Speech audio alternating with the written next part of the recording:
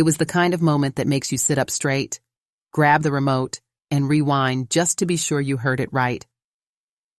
Veronica, in the middle of a tense confessional with Micah, suddenly threw down the kind of accusation you can't take back. She said Micah had cheated on her, not once, but several times. No warm-up, no gentle lead-in, just a raw truth bomb dropped in front of the cameras. Micah's face turned red, his eyes fixed downward, and the silence between them said more than any argument ever could. That single exchange set the tone for an episode where private grievances didn't just bubble to the surface, they exploded. Hi friends, I'm Sabrina, and this is TLC's Welcome to Plathville News. If you're as hooked on the twists, betrayals, and awkward family moments as I am, make sure you subscribe and let me know in the comments what you think about what went down this week. I read every single one of them, and I really want to know if you believe what Veronica said about Micah and how you think it will play out. If you've been watching Ethan over the past few seasons, you've probably noticed it too. He's not the same guy he used to be. Gone is the clean-cut, slightly awkward big brother who seemed more comfortable fixing an engine than making a scene. Now, Ethan walks in with a full beard, chunky rings on his fingers, and an energy that's far more self-assured, maybe even a little cocky. It's not just the look, either. The way he talks, the way he carries himself. There's a sharpness there now, and it was on full display in this episode. What stood out the most was how quickly he jumped into policing Lydia's relationship with Zach. This is the same Ethan who once bristled when his own siblings so much as hinted at having opinions about his marriage to Olivia. He made it clear back then that his personal life was off limits. But now, he's sitting across from Micah, casually discussing how they plan to make Zach pay an admission fee to join the family. They weren't talking about money. Of course, it was more of an unspoken test, a way of saying Zach needed to prove himself before he'd ever be fully accepted. And then came the jabs about the no-kissing rule. Ethan and Micah didn't hide their skepticism, and there was a smirk in Ethan's voice that told you he wasn't just teasing. He genuinely didn't get it, or maybe didn't respect it. There's a difference between lighthearted family ribbing and outright undermining someone's relationship, and in that moment, Ethan seemed to cross the line into the latter. Because this wasn't just one shocking scene. The entire episode was packed with moments where family loyalty clashed with personal boundaries, and no one seemed to come out looking clean. We had Ethan suddenly playing gatekeeper for his sister Lydia's love life, despite hating when anyone questioned his own choices. Lydia herself was caught between her feelings for Zach and the not-so-subtle disapproval from parts of her family. Kim and Barry, divorced but far from done with each other's lives, were back in front of the cameras, revealing just how bitter things have become. And then there was Olivia, re-entering the picture through a secretive reconnection with Veronica, a move that could stir up all kinds of trouble given their complicated history. By the end of the hour, it was clear. This was a turning point. Old grudges were being dusted off, private pain was going public, and the Plath family's already fragile connections were being tested in ways we haven't seen before. The question is, who's going to come out stronger? And who's going to burn bridges for good? If you've been watching Ethan over the past few seasons, you've probably noticed it too. He's not the same guy he used to be. Gone is the clean-cut, slightly awkward big brother who seemed more comfortable fixing an engine than making a scene. Now, Ethan walks in with a full beard, chunky rings on his fingers, and an energy that's far more self-assured, maybe even a little cocky. It's not just the look, either. The way he talks, the way he carries himself. There's a sharpness there now, and it was on full display in this episode. What stood out the most was how quickly he jumped into policing Lydia's relationship with Zach. This is the same Ethan who once bristled when his own siblings so much as hinted at having opinions about his marriage to Olivia. He made it clear back then that his personal life was off limits. But now? He's sitting across from Micah, casually discussing how they plan to make Zach pay an admission fee to join the family. They weren't talking about money, of course. It was more of an unspoken test, a way of saying Zach needed to prove himself before he'd ever be fully accepted. And then came the jabs about the no-kissing rule. Ethan and Micah didn't hide their skepticism, and there was a smirk in Ethan's voice that told you he wasn't just teasing. He genuinely didn't get it, or maybe didn't respect it.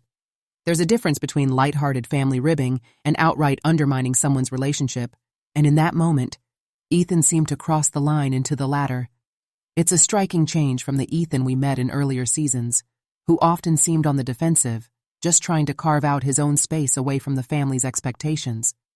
Now, he's stepping into the role of critic, almost gatekeeper, deciding who deserves to be in the inner circle and who doesn't.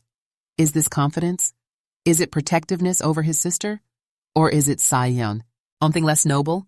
Maybe a lingering resentment from his own messy past with Olivia that's now spilling over into Lydia's life? I can't help but wonder if Ethan sees a little too much of his own history in Lydia's situation and wants to control the outcome before it plays out. Or maybe he just doesn't trust anyone new coming into the fold. Either way, the irony isn't lost on me. The man who hated interference in his own love life now seems to be the first one to pull up a chair and start passing judgment. What do you think? Is this growth, or is it hypocrisy in disguise? Veronica's storyline took a surprising turn this episode when she picked up the phone and called Olivia. Yes, that Olivia. If you've been keeping track, you know their history isn't exactly warm and fuzzy. We're talking about a relationship that went icy after Olivia was called a narcissist on national TV, a label that hung over her like a storm cloud for an entire season. You'd think that would be enough to keep them on opposite sides of the Plath family fence. But here we were, watching Veronica dial the number anyway. And this wasn't just any casual call. The secrecy around it spoke volumes.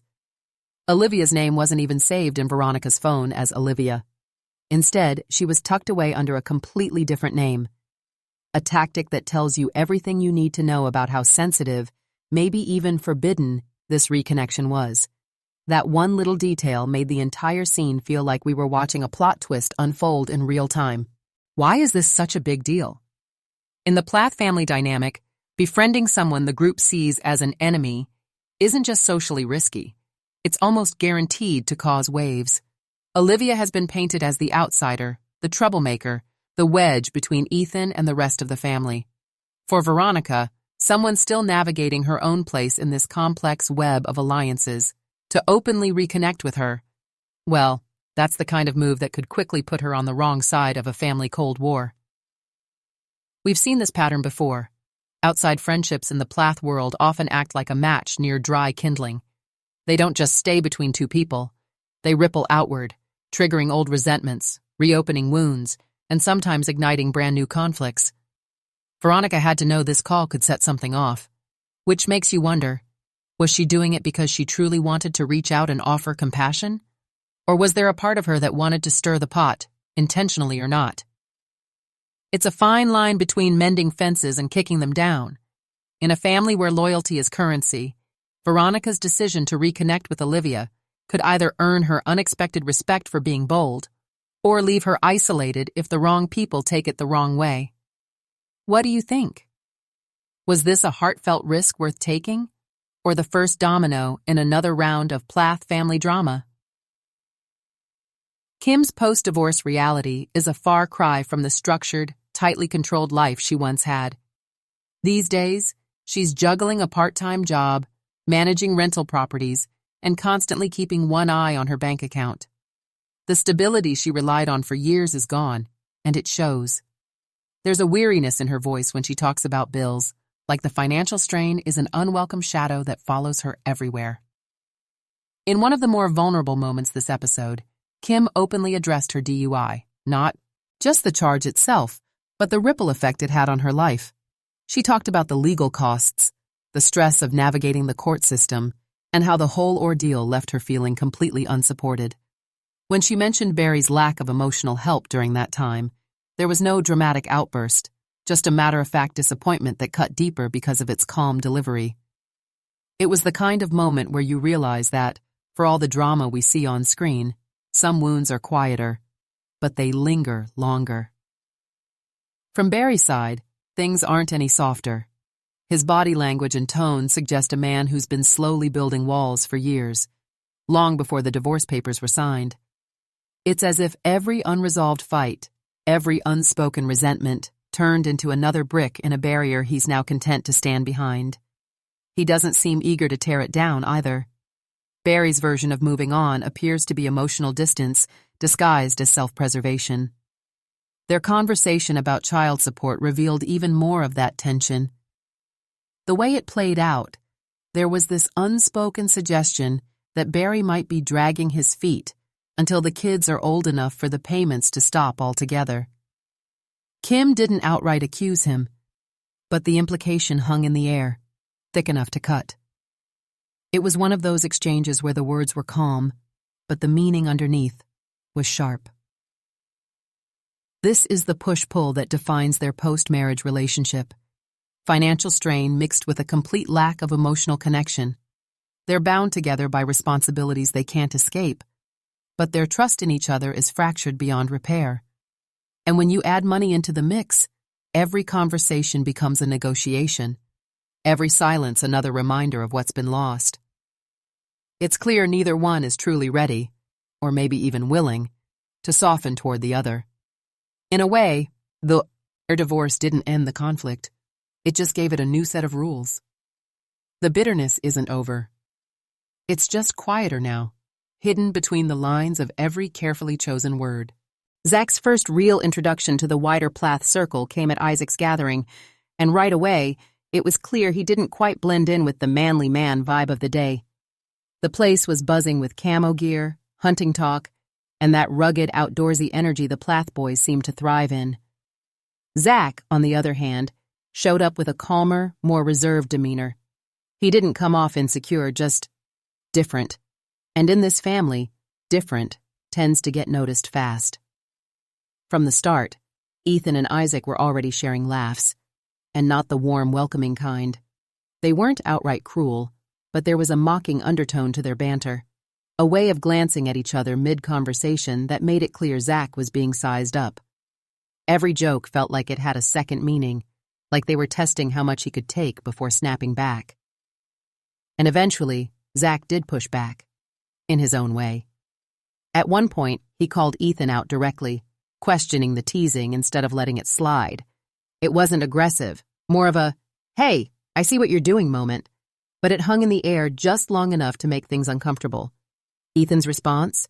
A quick dismissive shrug and a change of subject, as if Zach's words hadn't even registered. That reaction said a lot. What's really happening here is an unspoken initiation. In the Plath world, new partners don't just get welcomed in. They have to pass a series of subtle, often awkward tests. Can they handle the inside jokes? Will they stand their ground without losing their cool? Are they willing to adapt to the group's culture without pushing back too hard? Zach's camo party experience was exactly that, a trial run to see if he could fit into the fold. And while he didn't storm out or get flustered, the tension was impossible to miss. In families like this, moments like these are less about the event itself, and more about the silent verdicts being formed in the background. Zach may have survived round one, but you could feel it, the jury's still out. The episode saved its sharpest punch for last, the confessional scene between Veronica and Micah.